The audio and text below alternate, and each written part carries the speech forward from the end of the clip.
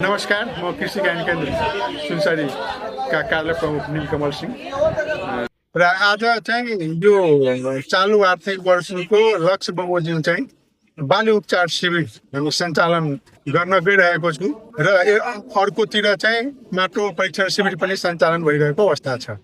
प्रोग्राममा सर्वप्रथम त बाली उपचार शिविर भनेको के हो भने देश संहितामा आइसके पश्चात कृषि ज्ञान केन्द्रसँग थोरै जनशक्ति पनि रहेको छ र कृषि विकास शाखा जुन स्थानीय तहमा अवस्थित छ त्यहाँ पनि थोरै जनशक्ति अभाव भएको हुनाले जुन नयाँ कृषिको नयाँ प्रविधि चाहिँ कृषक समक्ष पुर्याउने त्यो पुर्याउनको लागि चाहिँ हामीसँग जनशक्ति थोरै भएको र नयाँ प्रविधि कृषकको घर घरमा पुर्याउनको लागि चाहिँ पर्याप्त मात्रामा जनशक्ति पुर्याउनु पर्ने भएको हुनाले त्यो एउटा कृषक र प्राविधिकको बिचमा एउटा खाडल भएको छ। त्यो खाडललाई परिपूर्ति गर्नको लागि यो बाली उपचार शिविर ठुलो भूमिका खेल्नेछ र यसमा चाहिँ यो बाली उपचार शिविर भनेको कृषकहरूको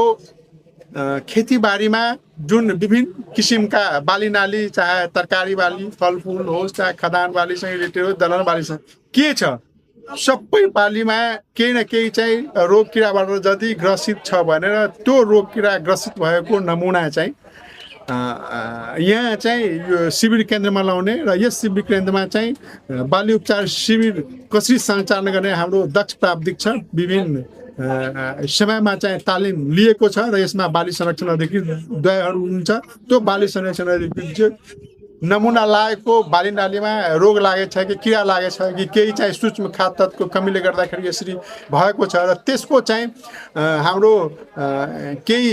यन्त्र पनि हामीसँग डेनोक्याप भन्छौँ र यसरी यसलाई लार्ज स्केलमा राखेर कम्प्युटरमा हेरेर र त्यसको भौतिक तरिकाबाट यो ल्याब एनालाइसिस नगरिकन यो भौतिक परीक्षण तरिकाबाट चाहिँ बाली नालीमा लागेको रोग किरा के छ भनेर हामीलाई कृषकहरूलाई प्रिस्क्राइब गर्छौँ र यसमा चाहिँ लागेको रोग किरालाई हामी चाहिँ